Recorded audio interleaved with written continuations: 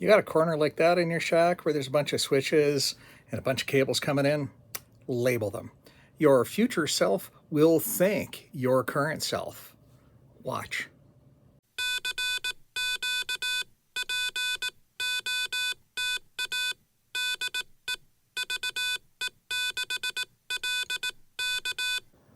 All right, so let's take a peek at my radio corner here, and I'm going to show you what's going on. So the problem I wanted to solve, as you can see with this diagram on screen, is I wanted to be able to plug in multiple radios, and I wanted some of them to go through the tuner, but not all of them.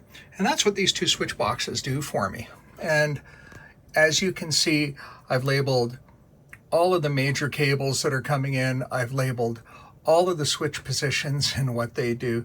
This is simple stuff, folks, so that you can figure out where stuff is going and anybody can sit down in your shack and use it. And do the drawing too, because it helps you understand when things are going wrong, just exactly why they're going wrong. So that's it. That's the Kit Basics tip for today. I hope you've enjoyed it. Thanks for watching. Like and subscribe. 73.